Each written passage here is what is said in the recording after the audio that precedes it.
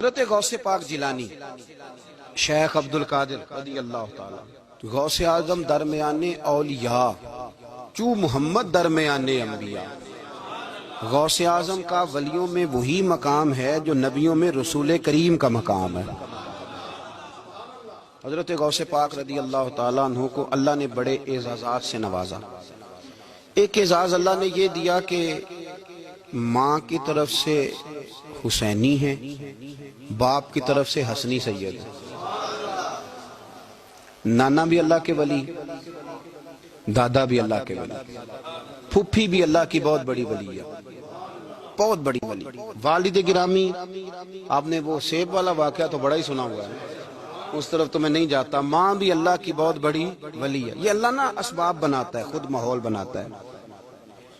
آپ کے جو والد گرامی تھے ان کا نام تھا ابو صالح سید موسیٰ جنگی دوست رحمت اللہ علیہ۔ بادشاہ کے کچھ سپاہی تھے جو مٹکے اٹھا کے جا رہے تھے، اور مٹکے تھے شراب کے بھرے ہوئے،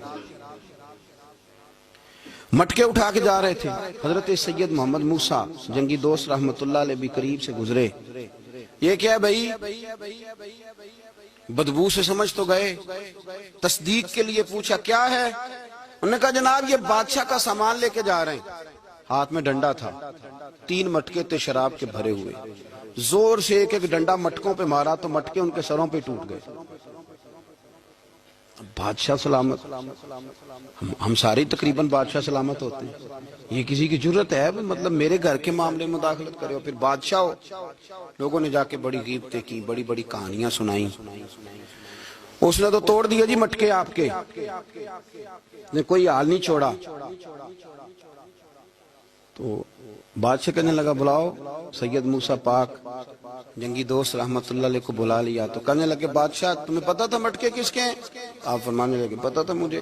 کہا کیوں توڑے؟ فرمایا اس لیے توڑے کہ مجھے تیرے اوپر رحم آ گیا تھا، مجھے تیرے اوپر ہے، تو اگر شراب پیے گا تو دوزخ میں جلے گا، مجھے رحم آیا تھا میں نے توڑ ڈالے۔ تو کہنے لگا آپ کون ہیں؟ تو آپ فرمانے لگے میں محتسب ہوں، میری حساب کتاب لینے کی ڈیوٹی ہے، محتسب ہوں، غلط آدمی کا حساب کروں گا۔ تو بادشاہ کہنے لگا کس نے ڈیوٹی لگائی آپ کی؟ فرمانے لگے میری ڈیوٹی میرے رب کریم نے لگائی ہے، میری ڈیوٹی اللہ نے لگائی۔ تأمرون بالمعروف وتنہون عن المنکر، مسلمان کے ذمے ہے اچھائی کا حکم دے گا، برائی سے روکے، یہ ذمہ داری ہے، میری اللہ نے ڈیوٹی لگائی ہے۔ بادشاہ پہ اتنا روب طاری ہوا کہ کہنے لگا حضور آپ کی بڑی مہربانی، آپ نے یہ کام کیا۔